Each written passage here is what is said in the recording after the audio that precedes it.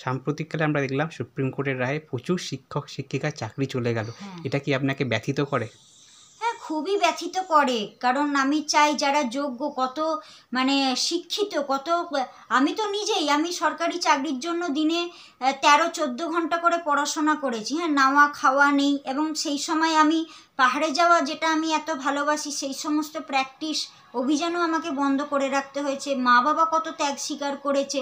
তো সমস্ত ছেলেমেয়েরাই তো সেইভাবে পড়াশোনা করে আজকে মানে এই জায়গায় পৌঁছেছে। এবং তার ওপর কি আমাদের দেশের এটা দায়িত্ব যে আমাদের দেশের নাগরিকদের জন্য একটা কর্মসংস্থান এবং রোজগারের ব্যবস্থা করা।